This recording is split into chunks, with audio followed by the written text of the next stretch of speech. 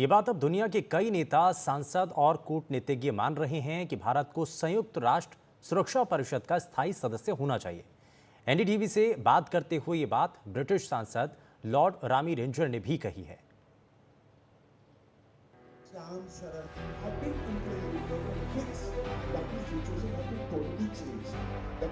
भारत एक उभरती हुई आर्थिक और मिलिट्री पावर है, इसलिए भारत को संयुक्त राष्ट्र सुरक्षा परिषद की स्थायी सदस्यता मिलनी चाहिए। भारत दौरे पर आए हाउस ऑफ लॉर्ड्स के सांसद लॉर्ड रामी रेंजर ने एनडीटीवी के साथ एक्सक्लूसिव बातचीत में ये महत्वपूर्ण बात कही। यूनाइटेड नेशन सिक्योरिटी काउंसिल में भारत को परमानेंट मेंबर बनना चाहिए। इसके लिए आगे क्या इंडियन डिप्लोमेसी को बहुत एग्रेसिवली इस बात को दुनिया के सामने फिर से रखना होगा? बिल्कुल रखना पड़ेगा, क्योंकि हमारा हक बनता है। इन पॉलिटिक्स आपको खुद लड़ना पड़ता है, क्योंकि आज आप हो या मैं हूँ, किसी ने आपको भारत को नहीं कहना तुम आगे चलो मैं पीछे रहता हूँ। तो इसलिए भारत के जो जितने भी हमारे सेक्रेटरीज हैं, परमानेंट सेक्रेटरीज हैं या लीडर हैं, उनको यूनाइटेड नेशन का दरवाज़ा खटकाना पड़ेगा और वोकल होकर डिमांड करना पड़ेगा कि 1.4 billion people need their voice to be heard in the world and we are a positive force. हमने किसी के साथ झगड़ा ना किया है ना करना है। इंडिया इंटरनेशनल सेंटर में अंतर्राष्ट्रीय राजनीति पर एक कॉन्फ्रेंस के दौरान एनडीटीवी से बात करते हुए लॉर्ड रामी रेंजर ने कहा, चीन के साथ डिसएंगेजमेंट को लेकर जो समझौता हुआ है वह दर्शाता है कि भारत अब 1962 वाला भारत नहीं है।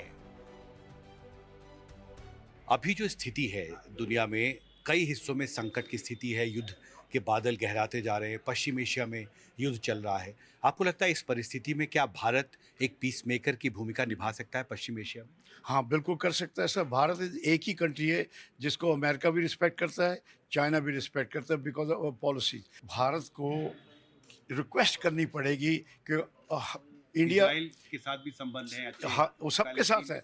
इवन यूएई में भी अच्छे हैं। मैं अभी पहले बता रहा था कि भारत एक ऐसा देश है जो शिया ईरान और Sunni Saudi Arabia prime minister Modi को सम्मान देते हैं, क्योंकि हमारी जो पॉलिसी है। एंड दूसरी बात ये भी देखो, जो इंडियन डायस्पोरा है is the most progressive and positive diaspora in the world. India international centre में हुए कॉन्फ्रेंस में भारत अमेरिका संबंधों और भारत के पड़ोस में ताजा घटनाक्रम पर विस्तार से चर्चा हुई। राजनयिकों ने कहा, चीन के साथ पूर्वी लद्दाख में सेनाओं के पीछे हटने को लेकर हुआ समझौता बेहद महत्वपूर्ण है।